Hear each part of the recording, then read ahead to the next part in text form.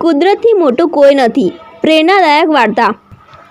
એક વખતની વાત છે. રાજસ્થાનના એક નાના ગામમાં રાજવી પરિવાર રહેતો હતો. રાજવીનો પુત્ર વિરજ કુંવર ખૂબ જ હોશિયાર અને અભ્યાસી હતો. તેને લાગે કે એના જેવી બુદ્ધિ અને શક્તિ ધરાવનાર દુનિયામાં કોઈ નથી. એકવાર એ પોતાના પિતા રાજવી સાહેબ પાસે ગયો અને કહે, પિતાશ્રી, હું હવે પૂરતો શક્તિશાળી અને બુદ્ધિશાળી બની ગયો છું. હું ઈચ્છું છું કે આખી દુનિયા મને જાણે. હું ઈચ્છું છું કે કુદરત પણ મારી આજ્ઞા માને. પિતા શાંત થઈને કહે, વિરજ, તું બહુ ભણ્યો છે, પણ જીવનનું સૌથી મોટું ભણતર તને બાકી છે, કુદરતને સમજવાનો પાઠ. વિરજ એ વાતને હળવાઈ લઈ ગયો. થોડા દિવસ બાદ એક વૈજ્ઞાનિકના સંમેલનમાં ભાગ લેવા તે શહેરમાં ગયો.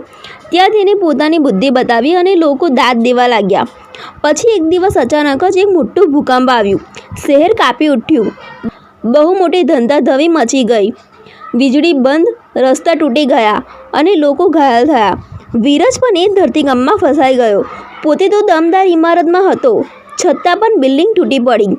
હવે તેની પાસે ના બુદ્ધિ કામ આવી, ના શક્તિ. તો પાડી છુટકારો માગતો રહ્યો, પણ બહારથી કોઈ અવાજ આવતો ન હતો. થોડી વારમાં તેને સમજાયું કે જીવનમાં જે બધું તેને પોતાનું લાગતું હતું, એ તો માત્ર અવકાશમાં તણાતા કણો જેટલું હતું. એ આખો દિવસ અંદર ફસાઈ રહ્યો.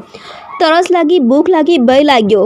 ત્યારે તેને પોતાના મનમાં સ્વીકાર્યું, હવે સમજાય છે, કુદરતથી મોટું કોઈ નથી.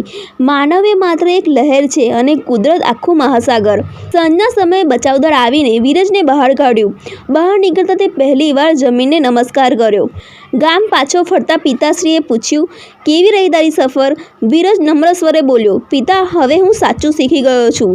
હું કશું નહીં. કુદરતથી મોટું ખરેખર કોઈ નથી. તે જ દિવસથી વિરજ માનવ સેવા અને કુદરતના સંરક્ષણ માટે કામ કરવા લાગ્યો.